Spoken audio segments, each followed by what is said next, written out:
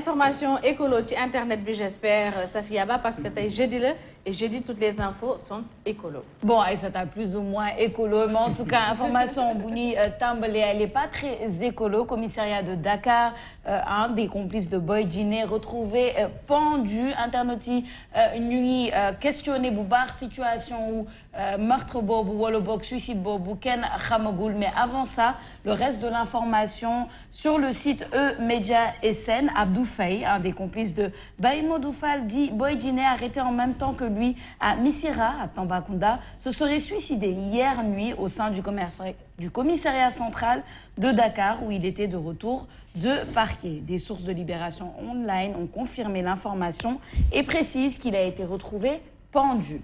Mais plus encore, c'est Seydina Gassama qui a une réaction, le directeur d'Amnesty International, qui demande justement une enquête. Enquête, il faut que le parquet doit ouvrir une enquête pour faire la lumière sur les circonstances du décès en garde à vue au commissariat central de Dakar de Abdou Faye. Oui, l'affaire et le dossier a été confié au commissaire Bara Sangaré, directeur de la sûreté urbaine. Mais pour l'instant, aucune communication officielle sur ce décès n'émane pour le moment de la police. Internautes yi réagir nañ bu baax ci boobule information. Drôle de food moom nee na bon ça commence déjà. Qui se rappelle de l'histoire de Ino? 3 points de suspension. Dame Gay moom nee na mais comment est-ce que c'est possible loolu naka la mënee nekk foofu ci commissariat bi nit faatu fa ka Mamadou moom nee na loolu yomb na je doute fort du suicide. Augustin Nivakin nee na je pense nañ ko juger tëj ko isoler ko tout ce qu'il veut mais les dégâts collatéraux qu'on nous les épargne des familles vont souffrir pour rien. Mandé Sidibé tamit réagir na nee na il y a à se poser des questions. Est-il décédé par la recherche de charge ou par obligation d'aveu? Même dans l'histoire, les armes trouvées ne semblent pas être à Baye Modou Fall. Je répète, en tout, je ne suis pas convaincu de cette affaire. G is back tamit moom nee na ça finira comme le reste, sans suite, un dossier qui sera enterré. Et enfin, Aliou Sambou Bodian moom tamit réagir na nee na un supposé complice de Boy Djiné qui est retrouvé pendu dans un commissariat où il était en garde à vue. Déjà qu'au Sénégal, les personnes en détention préventive le sont dans des conditions parfois déshumanisantes, mais de là à mourir par pendaison dans un commissariat, ça alors. Gis nga ko Aïssata internautes yi réagir nañ ñëpp réagir nañ parce que situation bi moo xaw a doy waar moo xaw a compliqué et ça soulève beaucoup de questionnements. Oui, c'est normal que ça soulève beaucoup de questions parce que dans un commissariat un détenu quand même on dit qu'il s'est pendu c'est bizarre nan la def ba normalement il doit pas avoir quelque chose boo xamante ne mën na ko permettre mu gaañ boppam wala mu suicider bu nekkee en détention. C'est pour ça que les gens se posent des questions mais bon on verra la suite hein man moom mënuma si sori puisque c'est un dossier bu nekk en justice et qui concerne la justice justement. On va attendre pour voir quelle sera la suite. On va attendre, on rappelle qu'il n'y a pas encore eu de communication officielle en tout cas de la police mais moi la question que je me pose c'est où est la responsabilité parce que quelqu'un qui est dans un commissariat qui est en garde à vue normalement war nañ ko surveiller je pense parce que c'est ça quand tu es en garde à vue, tu es censé être surveillé. Donc, situation de... On ne sait pas ce qui s'est passé. Mais est-ce que l'enquête vraiment suffira pour lever le voile sur cette situation-là? Est-ce qu'on aura les réponses qu'on attend? Mais l'enquête va d'ailleurs, parce que des moments, il faut qu'enquête. Mais il y a une longue liste de personnes qui sont décédées si ay garde à vue. Mais lui, il y a aussi le manque de communication. Quand on a arrêté Boy Djiné, on a vu un peu que la gendarmerie à Tambacounda doit organiser une conférence de presse pour nous retracer un peu le film de l'arrestation de Boy Djiné. Mais entre arrestation et mort d'homme, c'est grave. C'est-à-dire que l'affaire Baye Modou Fall Boy Djiné, ce n'est pas une affaire de terrorisme. Ce n'est pas une affaire de cuirainite, un tueur en gage. On parle un peu de vol. Le vol, c'est un simple délit, mais ce fait qu'il y a un vol aggravé, il y a un crime. Mais il y a un communiquer parce que communiquer doit permettre d'établir un rapport de confiance entre nous qui avons un devoir d'informations sur ce qui s'est passé dans ce commissariat central parce que lu ñu relaté mooy ñampe la xaro ñampe nan la ko yóbbee ci biir parce que aujourd'hui su fekkee ni ñëpp a ngi développé ay idée ne est-ce que reyuñu ko pour étouffer l'enquête parce que n'oublions pas que avant la section de recherche wax na ni ñi ngi def les 3 matons que mën naa nekk ba évasion Boy Djiné mën na nekk de l'intérieur donc am na ay suspicion mais je pense que hier ba information bi daanu la police ou bien le commissariat central dafa waroon def face à la presse pour communiquer. Ouais. Parce que bu ñu arrêté Boy Djiné am na une communication qui a été faite ñëpp salué ko ñu xam les circonstances de l'arrestation de Boy Djiné mais il y a eu mort d'un de ses complices jusqu'à maintenant il y a pas eu une communication officielle surtout Libération Online wala Dakaractu dañ jël ni pour xam l'information ce qui s'est passé. N'oublions pas que ils sont gardés à vue ils doivent être jugés parce que nekk ay suspects lañ ay présumés lañ. Une vie vaut une vie et je le rappelle toujours nit su deewee dañoo war a communiquer. Que ça soit koo xam ne si dafa nekk complice parce qu'on parle de vol. De complice dañu wax de waxuñu question de terrorisme waxuñu un tueur à gages waxuñu quelqu'un qui a incendié wala un terrorisme. On parle de complice ñu dem ba faatu ci am xaru bon il y a beaucoup de zones d'ombre comme la tenue que je porte.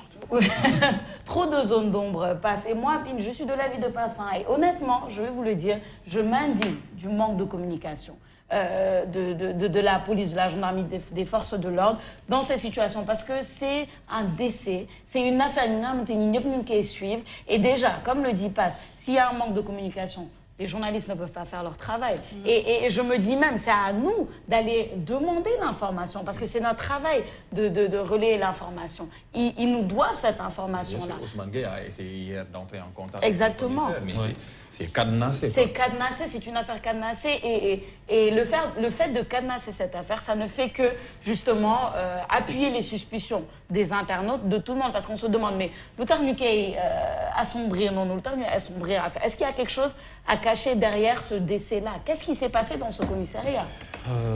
Indigné peut-être, indigné parce que je me dis peut-être qu'il y a forcément des éléments extérieurs ou internes maîtrisés. Bon, souvent, phrase bobu la ñuy faral di jox mais jamono ji fu mu toll tay il faut allier sécurité, communication, information. Exactement. C'est extrêmement important parce que par exemple, je vous donne juste un exemple. Réewu tugal yi ñu ngi jàmmaarloog li nga xam ne mooy terrorisme wala sax yeneen réew nekk ci Afrique mais souvent da ngay gis daar procureur de la République day génn joxe les premiers éléments de l'enquête ñu koy woowee. C'est-à-dire au moins par respect dire aux Sénégalais ce qui s'est passé wala au moins identifier li nga xam ne mooy la victime mais aujourd'hui parfois même da ngay gis ne presse bi day joxe yenn nom wala yenn affaire après police ñëwaat ne non ça s'est pas passé comme ça la presse n'a pas bien dit les choses alors que ñoom ñoo ñu war a jox les vraies informations.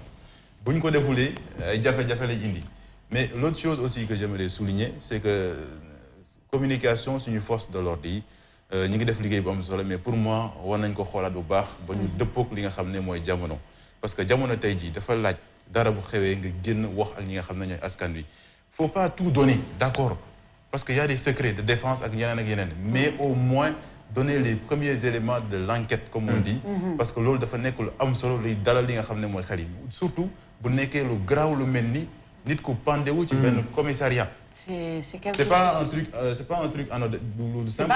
Surtout qu'ils peuvent donner l'essentiel sans pour autant donner l'information. Et c'est ça, parce qu'on ne demande pas. C'est juste en fait, c'est-à-dire on ne demande pas d'entrer. Mais par exemple, identifier la victime, c'est important. Mais on n'en parle pas assez, mais l'accès à l'information au Sénégal, de former journalistes, information, les gens nous reprochent parfois que nous n'avons pas d'infos, alors que parfois, pour accéder à l'information, c'est tout un problème. Et d'ailleurs, il faut préciser, hein, quand ils veulent communiquer, ils communiquent. Comme Pass l'a dit, ça a été très médiatisé, l'arrestation de Boy Djiné.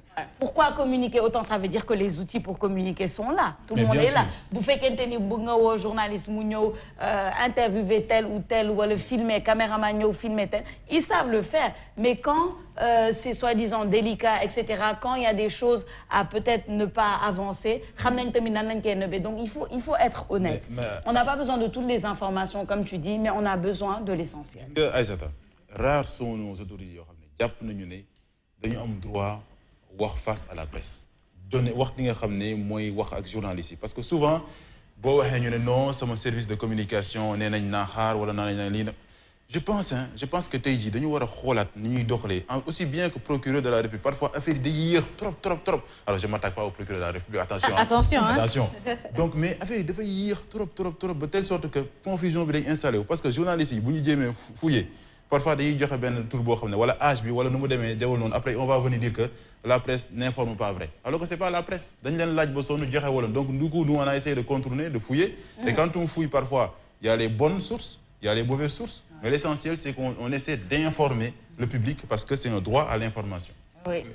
Un problème mooy affaire Boy Djiné daa mel ni on parle d'un terroriste en fait un cas grave on parle de quelqu'un qui a été arrêté pour vol ay vol ku ñu jàpp complice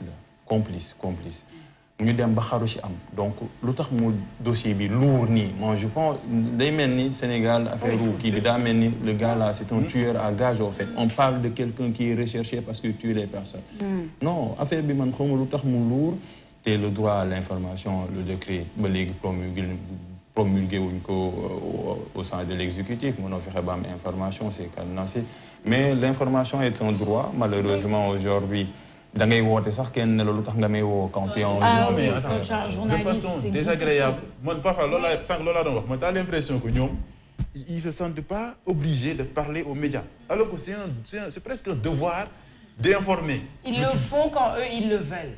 C'est ça en fait moi qui me dérange. C'est ça, ils le font quand eux ils le veulent mais yow bon ça nous arrive à tous à nga woo benn autorité wala kenn mu ne la pourquoi tu m'appelles wala je ne parle pas.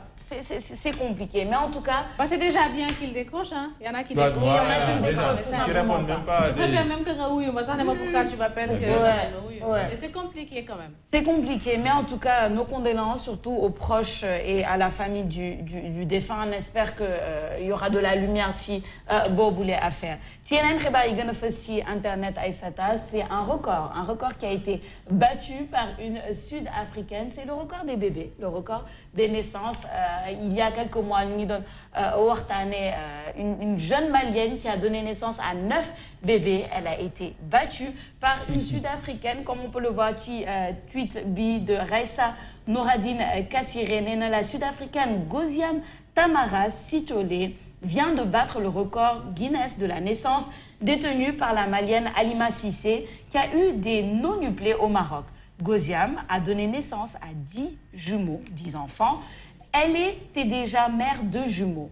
Congrats, félicitations à cette mère de jumeaux.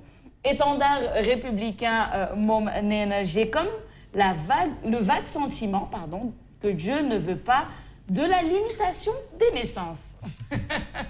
Diallo Abdoulaye nee na les Maliens n'ont pas encore dit leur dernier mot. Désormais, c'est une tontine. Gara du Sahel moom nee na mais nous n'avons même pas profité de notre titre. Elle est venue nous détrôner. En tout cas, toutes mes félicitations à eux. Hélas, tamit nee na félicitations et que les jumeaux soient dans ce monde de merveille. Aïssata, 10 enfants en une fois. Ouais, quand même. mais les Sénégalaises dans tout ça. Non. Sénégalaises, quand même. Non, nous, on passe direct à 12 ans. On compte sur toi, etc. Affaire bi daal tontu ngeen ko bëgg a def. Non, mais en tout cas, plus sérieusement, félicitations à Gosiam Tamara bi nga xam ni et on voit encore cette photo bu dee masse mën na indi le premier tweet de Raissa Nouradine on voit un peu le ventre de Gosiam xale yi quand ils étaient dans Gosiam fukki bébé la jurandoo ay seex la am fukki doom la jurandoo d'un coup la dernière fois c'est la malienne Halima moo amoon juróom-ñeenti doom kii fukki bébé la jurandoo ñun ñu ngi xaar suñu sénégalais yi peut-être dañu am ku ñu indil fukk ak ñaar il nous faut benn porter combat bi wala ku participer on a 2 femmes ici on espère que peut-être pas on va choisir entre les deux. ñun ñoo joxe information d'accord ñun bàyyi ñu joxe information apparemment c'est compliqué c'est ça mais c'est magnifique non c'est magnifique c'est magnifique c'est des choses yoo xamante ne dañ doon yaakaar peut-être amul man lii musuma ko xalaat bien sûr une femme l'a porté génne na ko ça prouve juste que voilà les femmes sont là ñun mën nañ tout le temps di def ay merveilles lu nit yi yaakaar ni mënul nekk jigéen mën na ko def on n'arrête pas d'en faire mais en tout cas faut pas en faire non plus un truc assez sexiste assez féminin bravo à elle, c'est bien, mais bon, voilà. Moi, je dis bravo à toutes les femmes qui donnent naissance parce que rien que bon. Que ça soit un enfant, un bébé ou 10 bébés, bravo à toutes les femmes. Ça me fait juste penser aussi à la chance que nous avons. Même, hein? Oui, on voit ce ventre-là assez proéminent. Ça me fait penser à la chance aussi qu'on a à Papa Nunsa, ici au Sénégal, parce qu'on a une jeunesse incroyable. On a une population très jeune. On a une population, c'est jeune dans tous les pays d'Afrique. Notre moyenne d'âge est plutôt jeune. Je pense qu'ici, au Sénégal, c'est quoi? C'est 15 ans. C'est 15 ans. Et si on regarde Occident, je pense que c'est un problème principal, c'est que la population est vieillissante. Donc nous, notre jeunesse, c'est une richesse aussi. Malheureusement, moi, une bombe. C'est le vocabulaire que l'on utilise. Mais on ne veut pas utiliser ces mots face à les miracles, les miracles de la nature. Je pense que Khalemom, c'est une bénédiction. Malheureusement, peut-être ils sont condamnés dès l'enfance. Et j'ai fait un clin d'œil à ces enfants de la rue là. Mais qu'il faut que ça lui donne Gouné Louné là, so remplacer Louné la menanek. Donc 10 enfants, bravo aux femmes, parce que nous savons que les jours d'homme trop. C'est très compliqué. C'est très compliqué. Dans les zones et elles sont braves et vous voyez un peu que cette maman-là a mis au monde 10 enfants. Alassane Digital, Nena. Félicitations à la maman et le papa, c'est lui le géniteur. Non mais mon utiliser ça, mon trompé. Un géniteur est loin d'être un père, il est loin d'être un papa. Il y a une différence entre ces trois termes. Tu peux être géniteur, tu peux être un père, c'est biologique, mais un papa, c'est affectif. Tout à fait. Il n'y a jamais de mère, il y a des mamans. Félicitations, papa. Félicitations. Non, mais on sait que, moi je ne sais pas une chose de sexiste, mais on sait que vraiment ce sont les femmes qui font la majorité du travail. Du début jusqu'à la fin, avec tout ce qu'il y a comme métamorphose. Je ne peux pas suivre mon regard. Parce qu'on a eu des cas assez spéciaux ici. Non, mais quelle métamorphose? Est-ce qu'on va... Je n'ai pas nommé quelqu'un. On va sortir les secrets de la rédaction de l'année dernière dans le film. On a vu des situations assez compliquées. On va rien dire. On va rien dire. Mais en tout cas, pour terminer, man, vraiment, je dis encore félicitations. Et puis cette tendance changeante, parce qu'on parle de surpopulation du pays à travers le monde et tout. Mais man, je pense... C'est Sarkozy qui disait que peut-être notre retard serait lié, bon encore... Il y a un débat entre les économistes et les que notre retard c'est lié à notre démographie. Souvent ce qu'il disait, bon ça, il y a une vidéo avec Aminata Touré, ça a été très chaud. Je connais peut-être que c'est peut-être une force et non une faiblesse. Mais le coup de ça, moi Chine, ils ont levé, voilà, l'information que je voulais donner, c'est que la Chine a levé le verrou par rapport à l'imitation des enfants. C'est une richesse inestimable. Inestimable. Et d'ailleurs, c'est pour ça que, par exemple, sur le Canada, actuellement, le Canada est un pays depuis une dizaine d'années qui cherche justement les étudiants étrangers et tout, parce qu'ils cherchent une jeunesse africaine, parce que c'est une population de fait vieillissante. Donc, on a une richesse dont les autres ont besoin. Et avec le temps, on va voir qu'ils en ont de plus en plus besoin. Et surtout maintenant, pour maintenant s'occuper de notre jeunesse. C'est le plus important. C'est le plus important. En tout cas, c'était un sujet très écolo qui va nous permettre de faire la transition pour dire une rubrique terre à terre. Toc Toc Sénégal.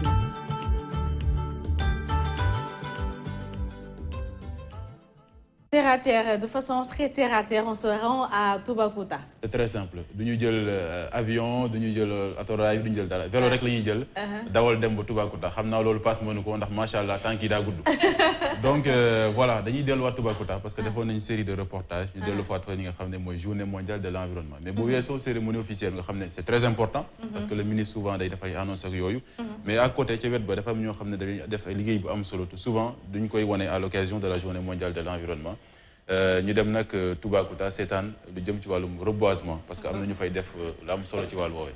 ayca dañuy dem seetaan reportage bu Papa Ibrahima Ndiaye ñëwaat léegi. Toc Toc Sénégal.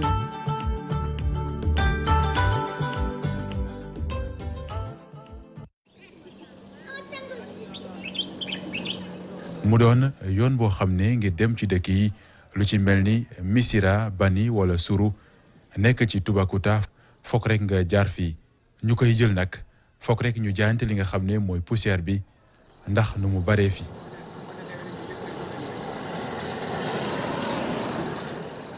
ngir soppi nag xaar kanam gi fexe ba ñu fiy jaar nekk ci jàmb ay militants yu yëngu ci wàllum alam bi ànd ceeg ay ASC wala sax ay ndongo joxante loxo ngi daal di jëmbat li nga xam ne mooy ay garab ci yoon bi loolu nag ñu taamu ci li nga xam ne mooy Kaysedra ñu koy woowee xay. Kaysedra bi xam nga Kaysedra bi garab bu baax bi dafa am bari nit mu ko soxlo surtout par exemple gars yi ku soxlo gaal kenn du ko xalaat gaal sans que kii bi moo nekk ci Kaysedra kenn du ko xalaat loolu kenn. mais xoolal ñaata gaal la ñu am ci Sénégal 25000 pirogues ci yëpp Sénégal 25000 ah yëpp gaal bu nekk moom il faut que dañu xëy benn garab u xaay fu mu nekk nii xaay bi booy bariwul Sénégal bariwul mais il faut le planter aujourd'hui c'est pour ça qu'on est là ñu ngi fii ak xale yu tuuti di jàmbat xaay bi am na jëriñ. mu nekk ci région bu Fatick département bu Foundiougne Toubacouta saay boo ko déggee sa xel ci mangrove yi lay dem waaye tey jii nag ñi nga xam ne ñoo fi dëkk bëgg a def seen kéemtalaay kàttan ngir aar écosystème boobu waaye tamit teg ci yeneen xeetu meññeef.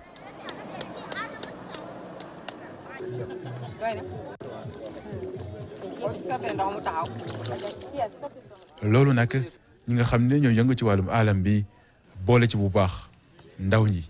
xale yi dañuy liggéey ak ñoom lu bëri parce que ñoom ñooy màggu ëllëg yi donc c'est important que ne en tout cas valeurs yi ñu bëgg yi ñu namm ci nit ñi ci matière de protection de l'environnement ñu mën ko am et puis ni ñu koy waxee ci wolof rek bant bu tooyee la gën a neex a jubanti que bu woowee donc xale yi tey am nañ ci ñoom yaakaar parce que loo leen jox rek dañ la koy delloo gis. pour jëmbat garab yi pour animaux yi dund mun a dund ak tamit nit ki. dañuy faral di wax naan kàddu gu jub dina bàyyeekoo ci gémmiñu gone mu mel ni wax ji nga xam ne ndongo bi nekk ci CM1 tollu rek ci fukki at yëkkati na ko daf koy firndeel ñoom nag ñoom taxawaay bu am solo ngir wan yoon bi mag ñi fu ñu war a jaar ngir aar li nga xam ne mooy alam bi. pour jëmbat garab yi pour animaux yi dund mun a dund ak tamit nit ki. Tok Tok Sénégal.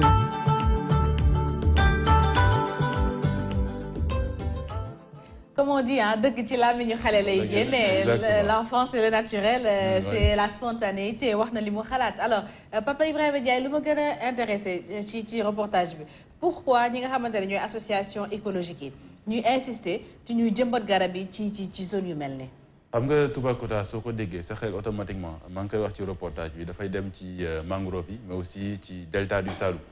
Parce que dafa bokk ci pàcc boo xam ne laal na delta du Saloum nekk lu am solo ci wàllum écosystème ci Sénégal.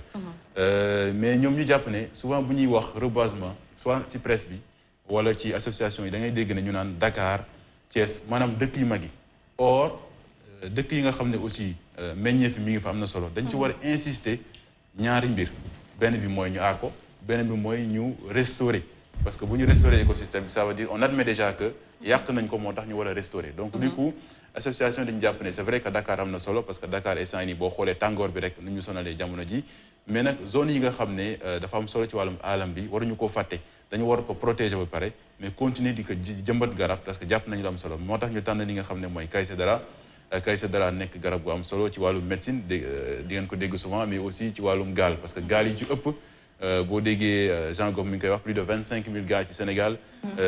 Kaysedra am na pàcc bu bari parce que souvent day nekk garab boo xam ne dañ koy daaneel. di ci def gaal donc du coup yenn régions yu bari wala ay meubles sax ay meubles yenn régions yu bari ci mel ni Thiès déggoon nga coow li nga xam ne moo fi jiboon yàggul dara. ci région bu Thiès mais Toubacouta aussi garab yi am parfois am na ñuy yàq ñoom nag ñu gis ne loolu nekk na lu am solo ñu war a jëmmataat suuxal ko. jaarale ko ci ñi nga xam ne ñooy association ñoo war ci am taxawaay am solo ak ñi nga xam ne ñooy ndaw ñi. Oui, c'est important parce que c'est pas parce qu'il va me démentir. Bu ma demee Louga pour la première fois ce qui m'a étonné le plus mooy li muy tàng ressenti bi du benn déjà de l'eau tàng boo toogee ci taatu garab bi da ngay fer. Man c'est ce qui m'a étonné, il faisait très chaud, il faisait excessivement chaud, c'était au mois d'août ñu dem Louga. Mais l'eau tàng ci biir néegi lay yam quand tu es ci suufu garab également da ngay sedd. Le problème qu'on a ici à Dakar mooy amuñu sax fu ñu feexloo amuñu garab yu ñu toog feexloo. li nga wax ni dafa am solo lool parce que ñoom boo gisee ñu dañu tànn benn axe boo xam ne dafa bëri ban. Souvent nag dafa nekk axe boo xam ne ay voyageurs yu bëri yu dugg ci biir village yu ci mel ni Sourou wala sax Bina wala Missirah ci Toubacouta dafa nekk ay villages yoo xam ne yoon boobu ngay jaar pour yegg fa du coup. ñu fa daan jaar nekk ay jigéen souvent di yëngu ci wàllum jaay ak jënd dañuy sonn ci yoon bi parce que dafa poussière après dafa tàng dafa métti donc du coup ñoom ñu ne à l'occasion de la journée mondiale de l'environnement su weesoo symbolique yi maanaam reboiser garab ak yeneen dafa jot aussi ñi nga xam ne ñoo fay jaar bu ñu bëggee féexlu ñu am fu ñu gaaree wàcc ndax garab dana fa ne donc du coup l'aspect bi nga wax aussi bokk na pour ñoo li tax waa Nebedaay par exemple engagé li nga xam ne mooy reboisement ci axe boobu. C'est ça, pour man reboisement dañ ko war a gën a vulgariser si je peux dire ça comme ça entre guillemets pour ñi nga xam ni c'est pas quelque chose qui vient d'ailleurs c'est quelque chose qu'on doit faire fii Sénégal c'est quelque chose bi nga xam ne am na solo et qui est avantageux pour tout le monde. Mais à part ça aussi le reboisement comme ni ñu ko doon waxee tout à l'heure quand on regardait le reportage entretien bi man entretien bi moom moo tamit am na solo parce que oui on peut faire des campagnes de reboisement ñëpp ñëw voilà le gouvernement je sais pas investit tant pour que les gens aillent reboiser et tout c'est très bien mais après qui s'en occupe kan mooy toppatoo garab yi kan mooy s'assurer que garab yi ñu ngi dund ñu ngi ils ont tout ce dont ils ont besoin etc. Ça aussi c'est très important puis exactement parce que boo xoolee moo tax Aïssata ñoom ñu tànn ñaari cible bu njëkk bi mooy association yi parce que association yi souvent association dañoo bari doole ci gox yi nga xam ne ñoo nekk sori même sax ci Ndakaaru te ñu ci ëpp ay ndaw lañu mu nekk symbole bu am solo beneen bi mooy élèves yi dañuy tànn li nga xam ne mooy ñu nekk ci classe yi parce que jàpp nañ ñooñu bu ñu defee seen bopp ne déjà garab dafa am solo il faut nga dugal leen ci mbir mi ñoom it ñuy toppatoo li nga xam ne mooy garab yi parce que souvent li nga wax dëgg la day am cérémonie officielle wala day am ay yeneen on vient reboiser mais après derrière doo am suivi bi te nekk na jamono ji lu am solo ci wàllu reboisement ñu mën a topp li nga xam ne aussi moo tax Nebedaay tànn ndongo yi mais aussi ñuy yëngu ci wàllum association sportive yi ngir porter li nga xam ne mooy combat suivi bi. C'est très important d'ailleurs ça si affaire xay ak Kaay Cedra ñu ngi doon wax temps yi à Thiès. ñoo xam ne si dañuy jub Thiès nga xam ne ñëpp xamee nañ ko si garab googu di dagg.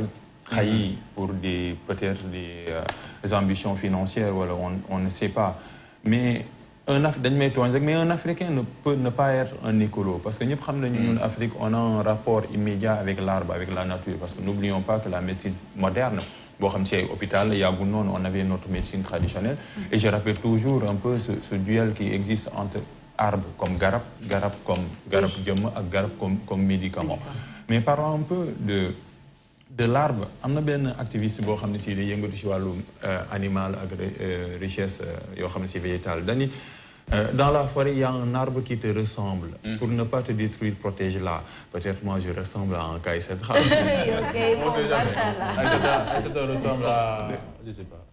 Aïssata ressemble à une rose peut-être. Rose. À une rose. Il y a des heureusement. Mais pour dire rek que ni dañ ko war a protéger parce que n'oublions pas que l'arbre a toujours été témoin de ce qui se passe dans la société. On parle un peu de l'arbre à palabre. C'est un moyen un peu, non seulement la symbolique de l'arbre à palabre, c'est d'abord, ça apporte un peu de la fraîcheur, de la douceur, ça adoucit les mains. Et nit ñi foofu lañ doon daje parce que grec yi ils avaient leur agora. Agora foofu lañ doon toog pour un peu diminuer wala parler un peu des choses de la cité, même si en Grèce les femmes n'étaient pas admises pour faire partie de l'agora. Mais ce fait que l'arbre à palabre, c'est un peu un clin d'œil. Mais ce sont les faits historiques. Mais pour parler un peu de palabre, d'arbres, dañ ko war a gën a jëmmal surtout ces arbres-là qui ont dañuy dégager le baobab, le Kaay Cedra. da ngay xam ni lii da nga koy xool rek c'est comme la mer dans la mer. da nga xam ne lii c'est mythique, c'est mystique et c'est historique. dañ naan la sax baobab daa am ñu ko war a dagg suñ koy dagg sax daa am fu ñuy jaar y a des trucs mystiques. Donc l'arbre c'est mythique daa bokk si ñun te ñëpp xam nañ ni avant la médecine moderne on pratiquait la médecine traditionnelle. C'est même dagg garab dañ si désolé par exemple la dernière fois HLM romb na HLM ñu nekk di pavé commune bi dafa nekk di pavé Papa Ibrahima Ndiaye tu vas pas être content mais dama gis benn garab boo xamante je suis sûre que def na fa 50 ans. Niim la mais du ma rombee ñu terrassé ko man dama choqué d'habitude j'ai pas ces réflexes là di saxal garab mais j'étais tellement choquée parce que dama ne comment on peut faire ça alors que pavage bi mënoon na wër garab gi rek ñu pavé aux alentours dañ mën a arroser mais dañ ko daaneel complètement dindi ko garab bu ngande la woon et vraiment loolu aussi yàq la en fait suñu ñun suñ jëmbatee toog dans 30 ans suñu doom yi wala suñu sët yi ñëw dagg garab yi ça sert à rien. xam nga Aïssata c'est pas à nous de s'adapter c'est pas à la nature de s'adapter par rapport à nous mais c'est l'inverse. ñun loolu il faut ñu comprendre que suñu projet souvent da ngay dégg nag boo tuddee yenn projet yi rek nga dégg ñu ne non y a souvent benn mbir de reboisement boo xam ne teg nañ ko à côté pour daal faire le suivi tout ça mais ban type de garab nga dagg ak ban type de garab nga fay teg. ça aussi c'est extrêmement important parce que am na garab yoo xam ne boo ko daggee pour man c'est perdu définitivement en fait. ak le système de reboisement boo ko mën a teg c'est perdu définitivement. donc loolu nga wax ni am na solo parce que bëri Dakar fu mu nekk nii bëri na ay projets yoo xam ne gars yi dañuy daana rek franchement. gisoon nañ aussi à l'intérieur benn projet un milliardaire sénégalais bu doon daaneel ay guy également nit ñi di indigné wu et tout. te boo waxee ñu ne non médias yi dañu bëgg fësal lu bon c'est pas fësal lu bon mais c'est la vérité aujourd'hui dañuy rey garab comme de façon tellement simple tu te demandes te duñu laaj ñi nga xam ne seen xel dafa màcc ci wàllu parce que y a des possibilités de contourner aujourd'hui Sénégal waruñu xaar ba ay jëmmi jamono donc réfléchir ci yenn yi tey jii lañ ko war a xalaat maanaam projet yi naka la ñuy def mu dëppook li nga xam ne mooy suñu alam bi c'est extrêmement important pour les générations futures parce que bu ñu ko defulee dañuy day jafe-jafe par exemple am na ay réponses passe mi ngi ko doon wax léegi Thiès Y'en a marre Ñoolang porte na plainte parce que jàpp na ne nu ñuy daggee garab yi Thiès y a des trucs louches yoo xam ne dañ ko war a leeral service eaux et forêts pour indi réponse lancé na benn campagne de reboisement de 40 000 kaysedra 40 000 kaysedra c'est quand même énorme à saluer mais n'empêche que je pense que il faut préserver et restaurer. Ce n'est pas pour rien, par exemple, thématique mondiale bu ñu tànn ren mooy la restauration des écosystèmes. maanaam bu ñu nee restaurer ça veut dire que ñun ñu ngi yàq. donc mais lu gën mooy c'est comment protéger, comment préserver et pas restaurer. Pour moi c'est vraiment ça qu'il faut trouver comme solution mais j'ai comme l'impression qu'au Sénégal tey jii gars yi duñ ko wax dañ koy ragal a wax mais am na projet yoo xam ne dañuy wax ne y a benn volet vert mais des na lu am solo loo xam ne war nañ ko mën a fexe daal ba alam bi ñu gën koo aal ci suñu projet de développement yi. Et soo daggee daal di jëmbat c'est un jeu à somme nulle. Exactement. Égal 0. C'est ça. Non, c'est même pas égal à 0, c'est moins 100. Parce que boo daggee li nga jëmbat ça prend du temps pour eggaat fële. Exactement. Et c'est dommage man moom loolu je tenais à le dire parce que ça m'a brisé le cœur ah ba ma ko gisee la dernière fois. Les Sénégalais sont très sensibles par rapport à l'arbre. Ouais. Parfois gars ils veulent nous faire peut-être que bon dañuy yàq suñu carte de vie de temps en temps dañuy sànni mbuus dañuy sànni nangam dañuy sànni kërëb mais les Sénégalais franchement dafa sensible jëm ci wàllum garab. mais c'est comme Sénégal bu ñu supporter garab bu ñu jël daaneel. Exactement, c'est comme ce que Paz dit, ça fait partie de notre culture, mais des fois dañ koy fàtte. Et justement, ça me fait revenir sur li nga wax sànq, l'importance de éducation bi. ñu war a jël les enfants. Moi, je suis contente de voir la petite, elle m'a fait sourire. Ci reportage ou pile parce que soo jëlee xale bu mel ni bi nga xam ne elle a peut-être quoi une dizaine d'années, tu lui inculques tôt ce genre de valeurs qui sont propres à elle, mais qui peut-être à travers les générations ont été oubliées. Moom dina xam ni l'importance est là, l'importance de l'arbre, l'importance du reboisement, l'importance de respecter tamit la nature. Et là, tu dina ko inculquer elle dans son style de vie et dina ko passer à ses enfants. Sophia, gis nga Aïssata dañu ne Sénégal chaque jour dina perdre benn terrain de football jëm ci wàllum garab. Chaque jour, équivalent au terrain de football. Sénégal da koy perdre jëm ci wàllum garab. Il y a pas très longtemps am na benn ku ma envoyé, je pense que c'était à Tambacounda ou Kédougou, ku ma envoyé benn vidéo. mu ne ma jot na aussi ngeen dem def ci yenn enquêtes yi parce que am na solo ma ne ko tu as parfaitement raison mooy wan benn vidéo boo xam ne da ngay gis moom mooy nettali de mu ne dafa ñëw ci benn bërëb il se faisait passer parce que il est machallah bon blanc je peux le dire sans stigmatisation mu ñëw ci benn bërëb am ku mu gis muy dagg ay garab ba mu daggee garab mu camion bi fees dellu loolu mu ñëw il s'est fait passer pour quelqu'un un acheteur mu ñëw ne ko man de damay ñëw jënd say garab mu ne ko ah bon da ngay jënd ñaata la mu ne ko nangami million ñu waxaale ba tombé d'accord mu ne ko non lii nag du demee nii parce que il faut nga yokk prix parce que damay fay douane dédouanement dafa am solo camion bi dañ ma koy jëlee Tambacounda yóbbul ma ko Ndakaaru loolu aussi dama koy fay mais aussi ñi nga xam ne ñooy dagg garab yi dama leen recruter dama leen koy fay ñoom it dañuy liggéey pour man donc il faut plus de 5 millions 10 millions pour ñu tomber d'accord Il voulait poursuivre le truc, mais après, c'était assez compliqué pour lui. C'est quelqu'un qui est militant de l'environnement qui m'a raconté qu'il a fait une immersion pour voir comment gars yi marchander li nga xam ne mooy garab. Donc à côté, il y a cette différence-là, vous voyez à côté. Ni continuer de reboiser, tout est beau, lépp nice na, mais ci àll bi gars yi ñu ngi continuer di rey li nga xam ne mooy garab di ko fat. Donc ça, ce sont des réalités yoo xam ne ñu yëngu ci wàllum alam bi ñu ngi ñu koy raconter, qui sont des réalités yoo xam ne sur le terrain jot naa ne daal jàpp naa ne war nañ gën a resserrer les rangs bu ñu bëggee aar suñu alam bi. Très bien. En tout cas, c'était intéressant, hein, c'était très instructif. Hein. C'est toujours nous, on aime bien les jeudis, parce que jeudi, il faut l'importance où la vie n'est pas faite que de politique et d'autres choses. Hein. C'est des questions aussi où beaucoup de sont donnés. Président Macky Sall, demain Conseil des ministres, qui recrutement, il y a 10 000 jeunes emplois verts. Président Néana, 7 000. Dañ koy jagleel li nga xam ne mooy grande muraille verte. 7 000 jeunes seront recrutés pour le reboisement de la grande muraille verte. Mais grande muraille verte pour ñu doxal ko foog ñu boole ci ñi nga xam ne mooy ñii ñu seen léegi. Parce que souvent boo recruter koo xam ne Aïssata dinaa la tooj. jël benn Aïssata yóbbu ko grande muraille verte di jox ko salaire tout ça c'est bien. Mais après est-ce que Aïssata dina mën xam gestes yi techniques yi pour s'adapter. C'est d'où l'intérêt par exemple de faire appel aux associations yi nga xam ne yëngu ci wàllum alam bi boole leen ci processus de recrutement jeunes yi parce que ils ont des profils yoo xam ne passion bi parce que man boo amulee passion aussi ñu yóbbu la ba grande muraille verte nga taxaw fa pour di reboiser je pense que xaalis bi rek moo lay yóbbu mais il faut allier les deux comment gagner sa vie tout en préservant l'environnement. En tout cas, comment gagner sa vie tout en préservant l'environnement, ça résume